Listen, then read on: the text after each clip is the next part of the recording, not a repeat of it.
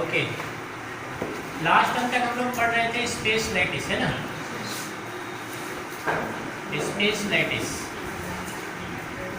और space lattice में ही हम लोग पढ़ रहे थे यूनिट सेल।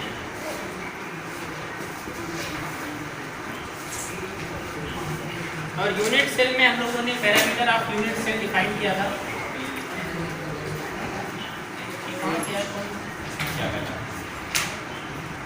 कहाँ से आवाज आ रही है?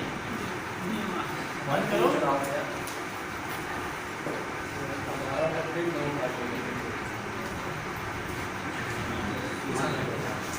यूनिट सेल देखते हैं।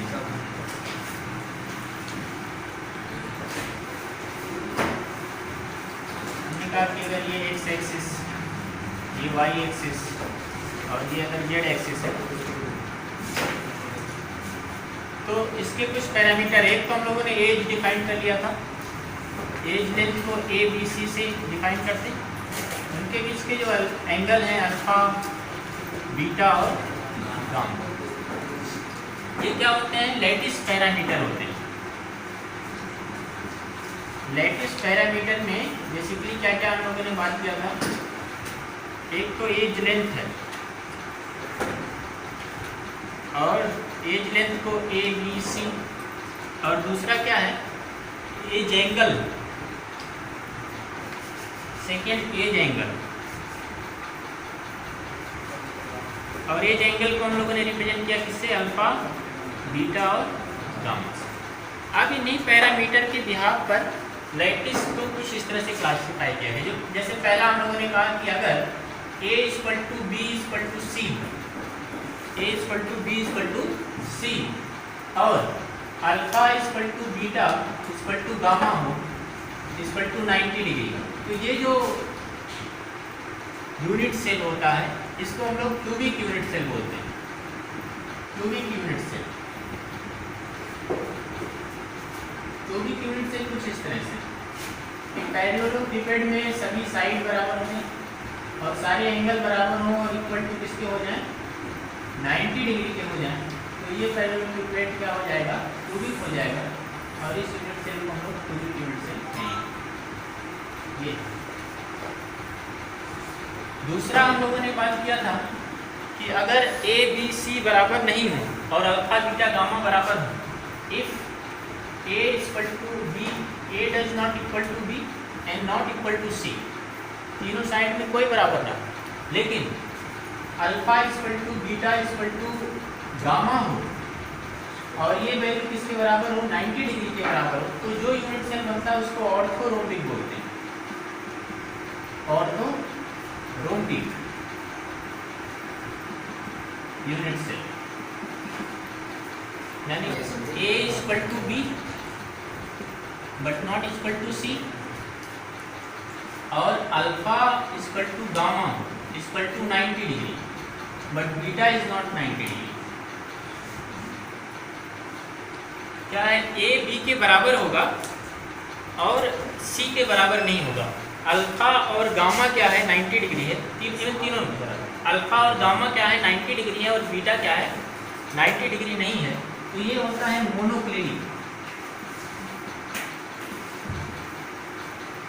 पांचवा एक यूनिट सेल है कि एज लेंथ कोई बराबर नहीं, a is not equal to b is not equal to c। दूसरा alpha is not equal to beta और is not equal to gamma, ये कोई बराबर नहीं है, और ना ही ये 90 डिग्री के बराबर होंगे। तो ये जो होता है इसको ट्राइक्लिनिक, ट्राइक्लिनिक।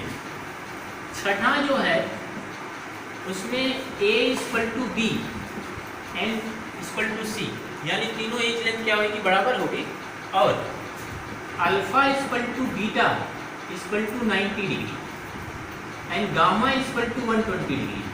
तो ये जो यूनिट सेल है वो कौन सा है? हेक्सागोनल। लास्ट कल नहीं बात की ना इसके, हेक्सागोनल। तो कौन कौन से हो गए? 5-6 हो गए, 1 2 3 4 5 6। एक और है कि ए बी सी, सातवां a equal to B equal to C, ये तीनों क्या है? बराबर है, और अल्फा बीटा गामा भी बराबर होते हैं। Alpha equal to beta equal to gamma भी होगा, बट ये 90 डिग्री के बराबर नहीं होगा। यानी तीनों एंगल बराबर होंगे और ये 90 डिग्री के बराबर नहीं होंगे, तो ये रोम्बिक होता है। ये कौन सा है? रोम्बिक। और इन्हीं 7 को ही हम क्या बोलते हैं? क्रिस्टल सिस्टम, 7 क्रिस्टल सिस्टम ही कहे जाते हैं। यानी जो पॉसिबल है वो यही 7 क्रिस्टल सिस्टम पॉसिबल है। अब इन क्रिस्टल में कुछ और एक दूसरा क्लासिफिकेशन हम करेंगे कि यूनिट सेल का एक दूसरा क्लासिफिकेशन इस तरह से है कि number of particle present at unit cell, मतलब यूनिट सेल में जो नंबर ऑफ पार्टिकल हैं उनके बिहाफ पर भी क्या है इसका क्लासिफिकेशन, दूसरा क्लासिफिकेशन कि number of particle present in unit cell. इस यूनिट सेल में नंबर ऑफ पार्टिकल कितने पर है, और इसका क्लासिफिकेशन 2 तरह से, एक तो होता है प्रिमिटिव या सिंपल, प्रिमिटिव यूनिट सेल, या इसी को हम क्या बोलते हैं? सिंपल यूनिट सेल बोलते हैं। प्रिमिटिव या सिंपल यूनिट सेल। अब प्रिमिटिव या सिंपल का पहले डिफाइन करते हैं। अगर एटम सिर्फ कॉर्नर पे होंगे, कोई एक ऐसा यूनिट सेल जिसमें एटम कहाँ ऑक्यूपाई कर रहे हैं? सिर्फ कॉर्नर पे कर रहे हैं, तो वो यूनिट सेल कैसा होता है? प्रिमिटिव होता है। If atoms occupied only at corner, सिर्फ कहाँ पर? Corner of unit cell, is called primitive. इसको हम क्या बोलते हैं? प्रिमिटिव यूनिट सेल बोलते हैं। प्रिमिटिव यूनिट सेल, जैसे एक यूनिट सेल इस तरह से है, ऐसा। अभी ये सिंपल क्यूबिक का ही केस हम मानते हैं। एटम कहाँ पर हो? सिर्फ कॉर्नर पे।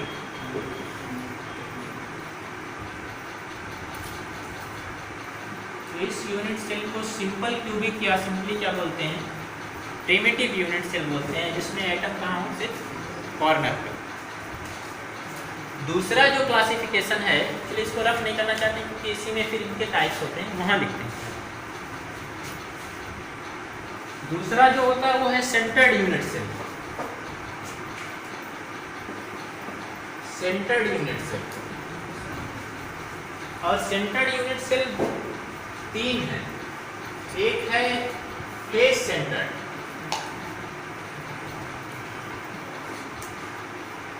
फेस सेंटर्ड यूनिट सेल क्या होता है कि कॉर्नर पे रहेंगे एटम, कॉर्नर के साथ साथ कहाँ रहेंगे? फेस के सेंटर पे भी रहेंगे। जैसे एक यूनिट सेल ये है, मान लो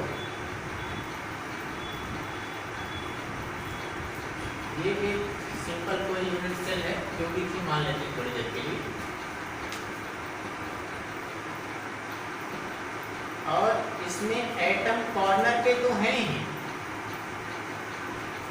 कॉर्नर के साथ साथ कहाँ होंगे? सारे फेस के सेंटर पे रहेंगे। जैसे इस फेस का सेंटर ही आएगा, यहाँ पर भी आएगा, इस फेस का सेंटर ही आएगा, यहाँ इस फेस का सेंटर ही आएगा, यहाँ। तो कॉर्नर के साथ कॉर्नर के साथ साथ कहाँ पर होंगे? फेस पे। ये सामने वाले का सपोज यहाँ आएगा, पीछे में सारे फेसेस पे भी। तो इस यूनिट सेल को आप क्या बोलते हैं? फेस सेंटर्ड यूनिट सेल बोलते हैं। और इसी में एक होता है बॉडी सेंटर्ड यूनिट सेल, ये दूसरा। तीसरा है body centred unit cell, unit cell. Body centre में क्या होता है? उसमें भी कॉर्नर पे रहते हैं, उसके साथ साथ एक बॉडी के सेंटर पे आएगा। जैसे ये एक यूनिट सेल है,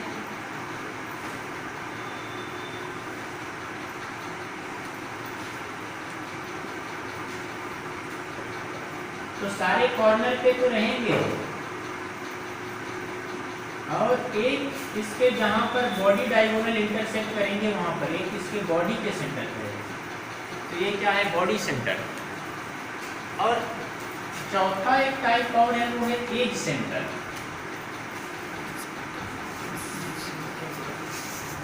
एज सेंटर में क्या होगा कि एटम कॉर्नर पे तो है ही, कॉर्नर के साथ साथ और कहाँ पर रहेंगे, एज के सेंटर पे रहेंगे। ये कॉर्नर वाले एटम रहेंगे, इसके साथ साथ कहाँ पर होंगे, एज के सेंटर। एज कौन सी है, जैसे ये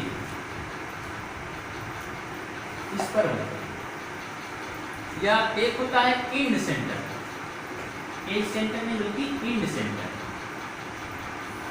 इंड सेंटर में एक तरह का फेस सेंटर होता है, मतलब कॉर्नर पे तो रहेंगे, कॉर्नर के साथ साथ दो अपोजिट फेस पे रहेंगे। जैसे यहाँ पर एक अपोजिट फेस का ये है और एक अपोजिट फेस का ये इंड सेंटर हो गया। तो बेसिकली दो तरह से क्लासिफिकेशन है behalf of number of particle present in a unit cell, और उसमें क्या है, एक प्रिमिटिव है सिंपल, और सेंटर्ड में तीन है। कौन कौन से हैं, फेस सेंटर्ड, कॉर्नर के साथ साथ कहाँ पर रहेंगे, सारे फेस के सेंटर पर, बॉडी सेंटर्ड, कॉर्नर के साथ साथ एक आइटम कहाँ पर होगा, बॉडी के सेंटर पे होगा, और तीसरा क्या है, इंड सेंटर। और इंड सेंटर कौन से होते हैं, कॉर्नर के साथ साथ किस पे रहते हैं, किन्हीं दो अपोजिट फेस के सेंटर। अब ये इतने सिस्टम है। अब इसमें ये है कि ये कितना शो करेगा, ये कितना शो करेगा, ये कितना शो करेगा। तो ये जो होता है सिंपल क्यूबिक, सिंपल क्यूबिक में एक तो प्रिमिटिव होगा, यानी सिंपल क्यूबिक यूनिट सेल आएगा, दूसरा फेस सेंटर्ड होगा, और तीसरा बॉडी होगा। इसमें तीन पॉसिबल, मतलब सिंपल क्यूबिक में कौन कौन से हो सकते हैं, क्यूबिक यूनिट सेल में एक सिंपल या प्रिमिटिव, फेस सेंटर्ड भी होते हैं और बॉडी सेंटर्ड भी होते हैं। और दूसरा क्या है, ऑर्थोरोम्बिक में चारों पॉसिबल है। कौन से, सिंपल भी, फेस सेंटर्ड भी, बॉडी सेंटर्ड भी और इंड सेंटर्ड। ऑर्थोरोम्बिक में क्या होते हैं, चार के चारों पॉसिबल या होते हैं। कौन कौन से, simple, face centred, body centred और इंड सेंटर, ये चारों यहाँ पर होते हैं। बाकी में इसमें थर्ड क्या है, टेट्रागोनल। टेट्रागोनल में सिर्फ सिंपल है और बॉडी सेंटर्ड है। और मोनोक्लिनिक में भी क्या है, सिंपल है और बॉडी सेंटर्ड है। और बाकी तीन में सिर्फ सिंपल पॉसिबल है।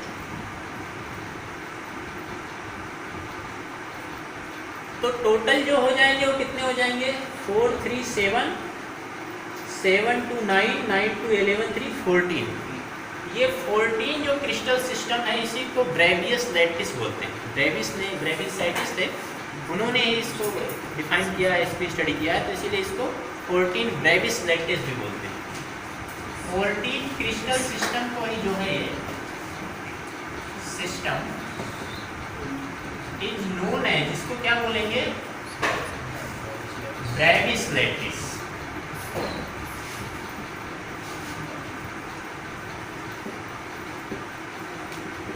इसी को ब्रेवियस लैटिस बोलते हैं, क्योंकि ब्रेवियस ने क्या किया था, इसको स्टडी किया, डिस्कवर किया। तो ये टोटल 14 क्रिस्टल लैटिस पॉसिबल है, और वो उनका क्लासिफिकेशन इस तरह से, ठीक।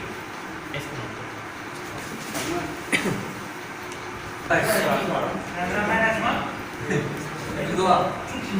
चलिए कुछ बातें इस पे और करते हैं लोग क्लासिफिकेशन के बाद।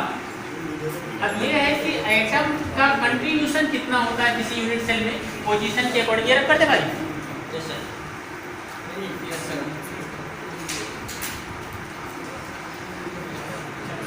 Contribution of atom at different location, location के अकॉर्डिंग कैसे कंट्रीब्यूशन है उसको देखोगे।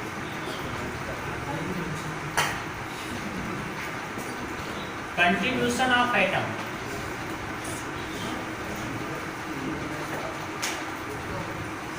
टू ए यूनिट सेल, कोई यूनिट सेल लिया जाए और उस पर एटम का कंट्रीब्यूशन कैसे देखते हैं जरा देखो। पहला हम लोग सिंपल का देखे थे, और एटम कहाँ होता था, कॉर्नर पे होता था। अब जरा समझना है, यहाँ पे ध्यान देना, एक यूनिट सेल है ये,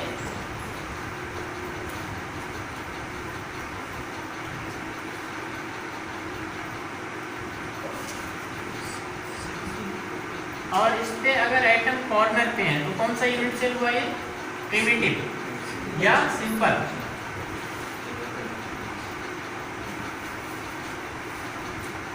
एटम्स का यहाँ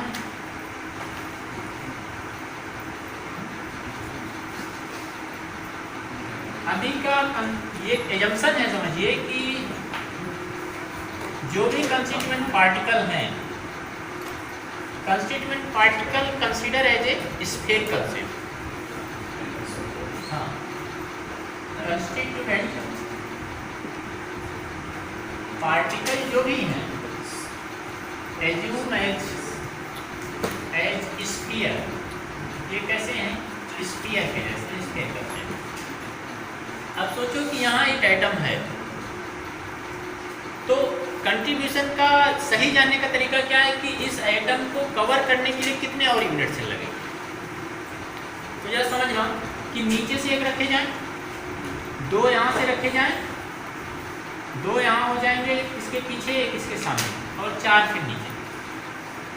कैसे समझना? जैसे ये आपको कवर करना, तो इसके पास एक लाओगे, और ऐसे ही दो पीछे लाओगे, और चार ऊपर रखोगे, तब जाके क्या होगा? कवर होगा।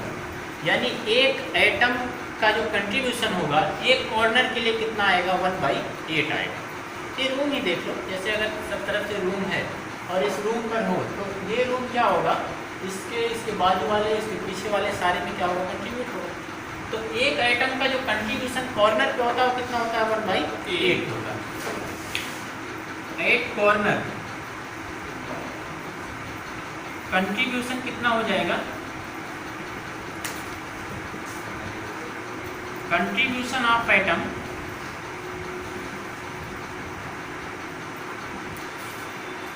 इज 1/8। कॉर्नर पर कितना कंट्रीब्यूशन होगा? 1/8। दूसरा केस देखिए, फेस सेंटर पर कितना होगा? ये ऐसा ही करते हैं।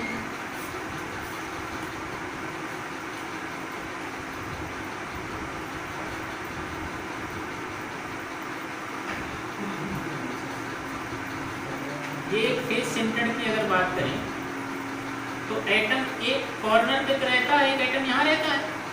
इस एटम को कवर करने के लिए कितने यूनिट सेल और लगेंगे? एक, यानी 2 यूनिट सेल से ये कवर हो जाएगा। तो एक यूनिट सेल में आधा जाएगा और दूसरे में आधा, यानी एट फेस सेंटर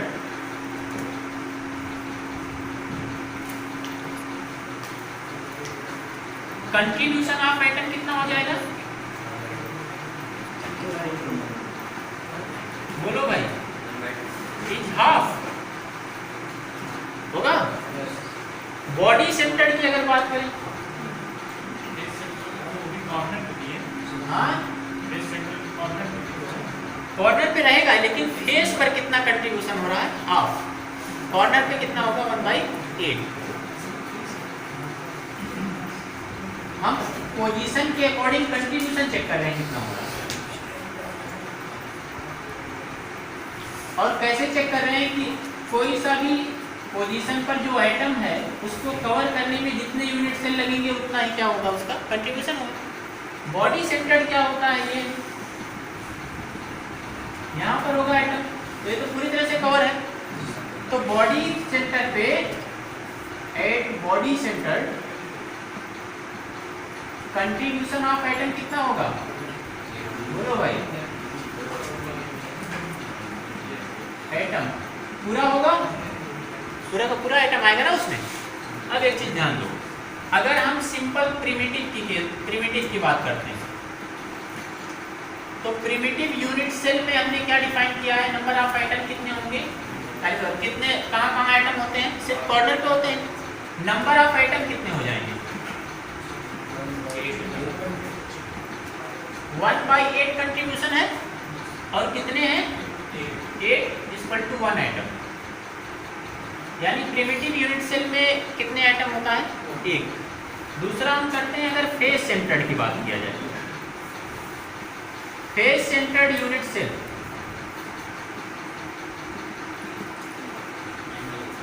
ये है। फेस सेंटर्ड का केस क्या होता है? एटम कॉर्नर के साथ साथ सबके सब फेसेस पे होते हैं। यहाँ एक एटम होगा, यहाँ भी होगा, यहाँ भी होगा, ये सामने वाले पे होगा, ये पीछे वाले। तो face centre number of item कितने हो जाएंगे? बोलो भाई, एक तो 1/8 इंटू 8 कौन से हैं? कॉर्नर वाले, प्लस हाफ फेस पर होगा और कितने फेसेस हैं? 6, तो हो जाएगा टोटल नंबर 4 आइटम। बोलो 4 आइटम हो जाएगा। बॉडी सेंटर्ड की बात अगर किया जाए, बॉडी सेंटर्ड में अगर कहें तो आइटम कहाँ होते हैं? कॉर्नर पे होता है, और कॉर्नर के साथ एक आइटम कहाँ होगा? इसके बॉडी के सेंटर पर होगा। तो नंबर ऑफ आइटम कितना हो जाएगा? एक तो 1/8 कंट्रीब्यूशन कॉर्नर वाले और 8 कॉर्नर है, प्लस बॉडी सेंटर पर एक है, यानी 2 आइटम। बोलो एंड सेंटर पर कितना हो जाएगा? एंड सेंटर पर कितना हो जाएगा? देखो ध्यान से, एंड सेंटर की क्या है कि सारे आइटम एक तो कॉर्नर पे रहेंगे,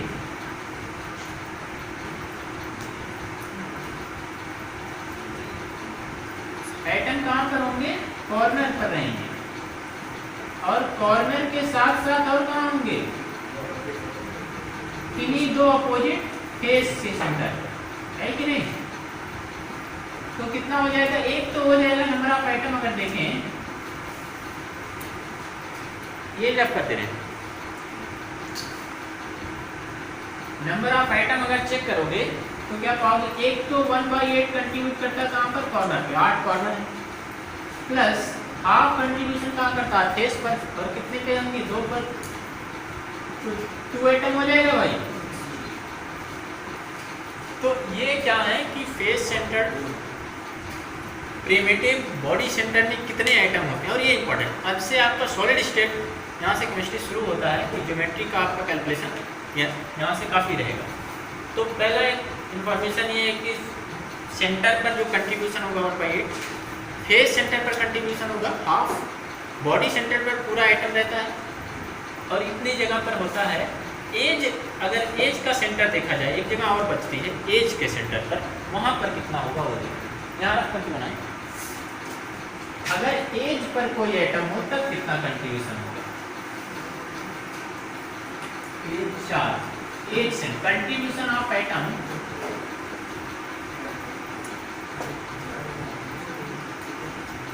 एट एज, एज पर कितना होगा? तो जरा ध्यान दोगे कितने एज होते हैं किसी क्यूब में? अगर हम सिंपल क्यूब ही लेके चले, कितने एज होते हैं? बोलो एक क्यूब में कितने एज होंगे?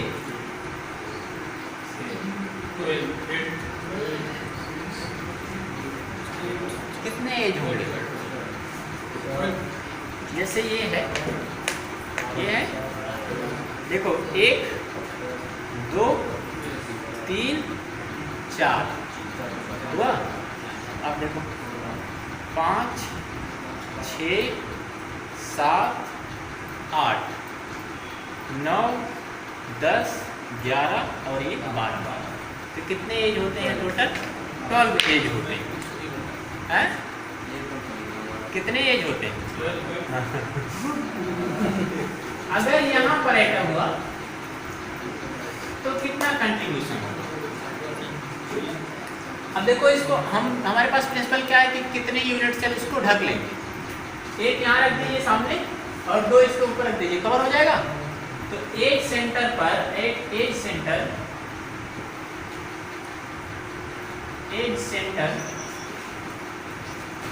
कंट्रीब्यूशन कितना होगा?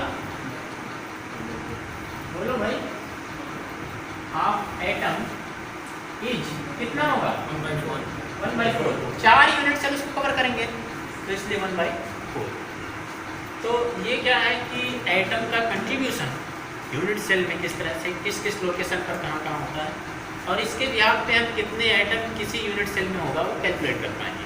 अब आगे अगर एटम कैलकुलेट कर ले रहे हैं तो हम लोग सिमेट्री उसकी बता पाएंगे या उसका डेंसिटी बता पाएंगे, ये सारा कैलकुलेशन हम कर पाएंगे। तो बेसिकली अगर हमको यूनिट सेल की इंफॉर्मेशन मिल गई तो हम पूरे क्रिस्टल के बारे में एक्सप्लेन कर सकते हैं। इसको नोट करोगे? एच पे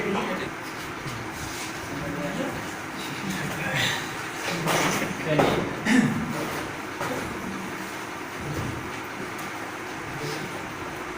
सिमेट्री क्या होता है? सिमेट्री किसे कहते हैं? अब मैथ पढ़े होंगे, ज्योमेट्री सब लोग, तो उसमें सिमेट्री जरूर पढ़े होंगे। तो पहले तो हमें कुछ चीज़ें कंफर्म कर ली यूनिट सेल के लिए, तब उसके बाद सिमेट्री पे बात करेंगे। जैसे एक क्यूबिक यूनिट सेल की बात अगर हम करें, एक क्यूब यहाँ पे एज्यूम कर लेंगे, ये एक क्यूब है, तो इसके लिए कुछ इंफॉर्मेशन जरूरी है। पहला, कितने कॉर्नर हैं? 8। फेस कितने हैं? 6। एज कितने हैं? 12। ये कंफर्म है। अब सिमेट्री में, सिमेट्री ऑफ यूनिट सेल जो होता है, सिमेट्री ऑफ एटम, ये 3 तरह से हमको स्टडी करनी। एक होगा centre symmetry, symmetry of centre, SOC, symmetry of centre, SOC। और एक होता है, याद करो, एक्सिस की सिमेट्री होती है, और एक प्लेन सिमेट्री होती है, plane of symmetry, plane of symmetry. और एक क्या होता है? Axis of symmetry. तो क्या ये तीनों की डिफिनेशन पता है सबको? एक की भी नहीं। सेंटर ऑफ सिमेट्री क्या होता है? किसी बॉडी की सेंटर ऑफ सिमेट्री वो होती है जिससे, वो पॉइंट जिससे हर एटम की डिस्टेंस बराबर हो। एक ऐसा पॉइंट किसी बॉडी का जिससे हर कॉर्नर की डिस्टेंस, कोई बॉडी मतलब क्या होगा? कोई ऑब्जेक्ट होगा, ट्राइंगल, अगर 3 में है तो क्यूब, क्यूबाइड, ये सारी चीज़ें होंगी। तो एक ऐसा पॉइंट जिससे हर कॉर्नर की डिस्टेंस बराबर होती है, उसको क्या बोलते हैं? सेंटर ऑफ सिमेट्री होती है। अगर हम क्यूबिक यूनिट सेल की बात करें, तो क्यूबिक यूनिट सेल में जो सेंटर ऑफ सिमेट्री होगी वो कितनी हो सकती है? कितने पॉइंट ऐसे होंगे जिससे हर कॉर्नर की जगह बराबर होगी या डिस्टेंस बराबर होगी? एक ही तो है भाई, एक के अलावा कोई है? एक ही है ना, यही होगा। यहाँ से ये कितने √2 डिस्टेंस है, √2 डिस्टेंस पर होगा, या बॉडी डायगोनल का जो सेंटर होगा। तो सेंटर ऑफ सिमेट्री कितनी होती है? 1 होती है। क्यूबिक यूनिट सेल की बात कर रहा हूँ। क्यूबिक यूनिट सेल में सेंटर ऑफ सिमेट्री कितनी होगी? 1 होगी। सेंटर ऑफ सिमेट्री है क्या? वो पॉइंट जिससे हर कॉर्नर की डिस्टेंस या हर एटम की, कॉर्नर तो आप ज्योमेट्री में बात करोगे, लेकिन यहाँ केमिस्ट्री के लिए क्या है? हर एटम की डिस्टेंस अगर बराबर है तो उसको क्या बोलते हैं हम? सेंटर ऑफ सिमेट्री बोलते हैं। दूसरा आइए, plane of symmetry. Plane of symmetry क्या होता है? एक ऐसा प्लेन जो किसी बॉडी से पास कर दिया जाए और वो उस बॉडी को ऐसे 2 पार्ट में डिवाइड करे जो एक दूसरे का क्या हो? मिरर इमेज हो, उसको प्लेन ऑफ सिमेट्री बोलते हैं। ये plane if passing through a body and it divided into such part which both are mirror image to each other, such plane is called plane of symmetry. A plane if passes through a body, अगर एक body से, एक plane किसी body से पास किया जाए and it divided it, वो कैसे डिवाइड करे इसको? In such a fashion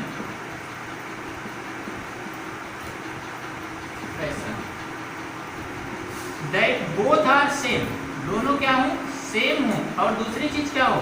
and mirror image. एक तो सेम होने चाहिए और दोनों क्या होने चाहिए? मिरर इमेज होने चाहिए। ऐसे प्लेन को क्या बोलते हैं? प्लेन ऑफ सिमेट्री बोलते हैं। Is term as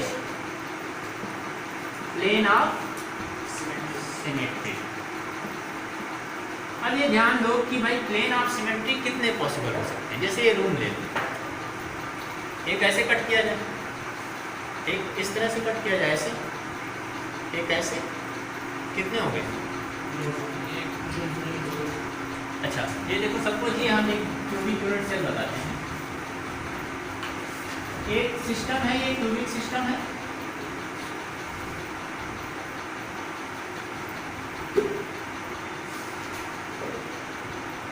x axis है, वाई एक्सिस है और ये जेड एक्सिस है।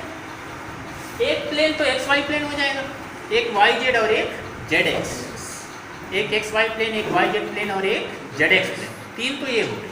इसके अलावा क्या कोई प्लेन पॉसिबल है जो इस बॉडी को दो इक्वल ऐसे इक्वल पार्ट में डिवाइड करे जो दोनों एक दूसरे के मिरर इमेज हो? डायगोनली। अब डायगोनली का केस देखो, मैं यहाँ इसमें बताऊँ क्या दूसरा बनाऊँ, तो तीन तो ये हो जाए, कौन से, एक्स वाई प्लेन हो जाएगा, वाई जेड हो जाएगा और जेड एक्स प्लेन हो जाएगा, तीन तो ये हो जाएगा। एक और होगा, एक और पॉसिबिलिटी है, वो क्या है कि अगर ये प्लेन हम डायगोनली पास कर दें,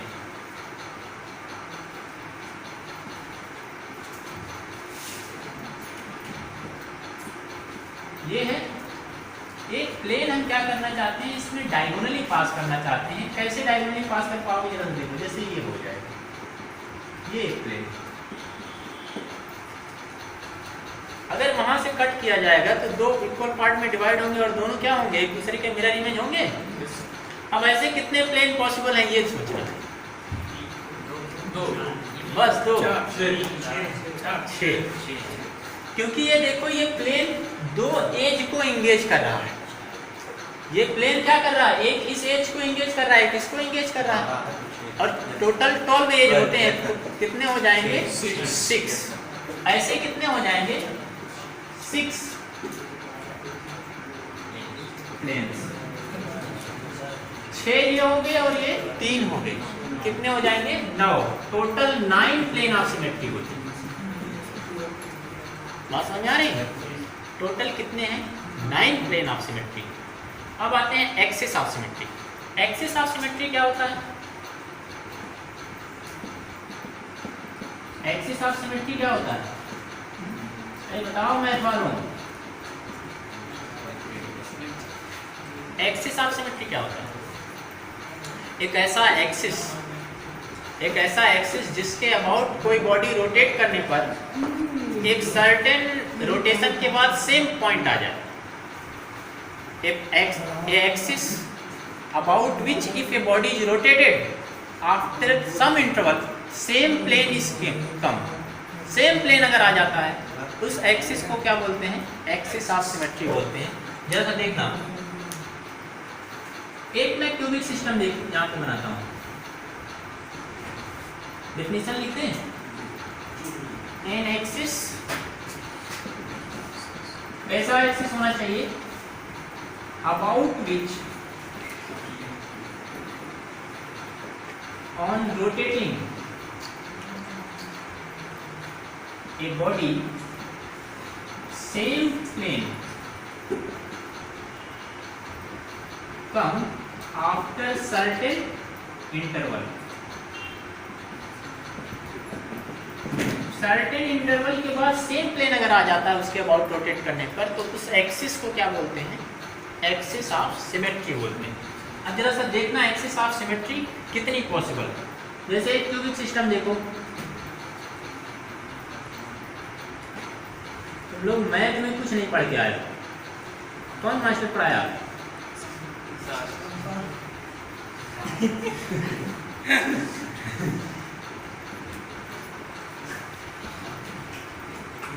या यही देख लेते हैं किसी पे। एक तो ये एक्सिस होगा, इसके अबाउट अगर रोटेट करोगे तो एक टाइम के बाद फिर से आ जाएगा कि नहीं आ जाएगा, आ जाएगा। इस पे देखो, ये एक एक्सिस है, इसको अगर रोटेट कर दिया जाए तो जैसे ही 90 डिग्री रोटेट करेंगे फिर से आएगा, 90 डिग्री रोटेट करेंगे फिर से आएगा, मतलब हर 90 डिग्री पर सेम प्लेन आता रहेगा। डेफिनेशन होल्ड हो रही है? ऐसे एक्सिस कितने पॉसिबल है? अरे 8 ही, 6 तो टोटल वो होता है ना, ऐसे 3 पॉसिबल है। 3 पॉसिबल। अभी ये एक्सिस कितने को एंगेज कर रहा है? 2 फेसेस को कर रहा है ना, और टोटल फेस कितने हैं? 6 हैं, तो कितने पॉसिबल होंगे? 3। इस तरह की कितनी हो जाएगी? 3 एक्सिस ऑफ सिमेट्री हो जाएगी, एक्सिस ऑफ सिमेट्री। बोलो भाई, अब तो ये रफ करना पड़ेगा। इसको नोट कर लो इधर, है ना। एक और है एक्सिस ऑफ सिमेट्री, एक ये हो गया। और सोचो कौन सी एक्सिस पॉसिबल है। देखो ये सब ड्रॉ कर करके देख लो, अभी तक अगर नहीं ड्रॉ की हो तो।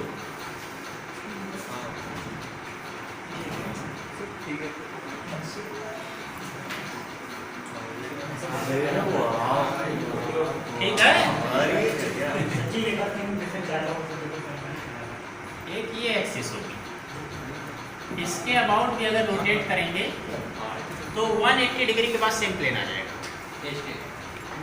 180 डिग्री रोटेट करने के बाद सेम प्लेन आ जाएगा, यानी ये भी एक एक्सिस ऑफ सिमेट्री। और ऐसे कितने पॉसिबल है इस तरह के एक्सिस? 6। ये दो एज को इंगेज कर रहा है, दो एज को इंगेज कर रहा है। और कितने एज होते हैं? 12। तो ऐसी कितनी हो जाएगी? 6 एक्सिस ऑफ सिमेट्री हो जाएगी। तो समझ में आ रहा है क्या चल रहा है? कुछ नहीं समझ में आ रहा है? आ रहा है। एक और देखिए, इसके अलावा एक और है भाई। कितना है? जो चीज 10 में पढ़ के आनी चाहिए थी हम पढ़ा रहे हैं, पूछ रहे हो कितना है बेटा?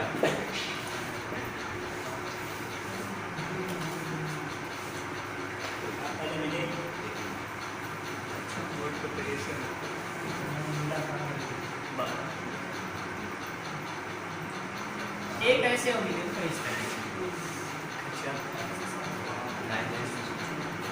अब सोचो ये कितने होंगे?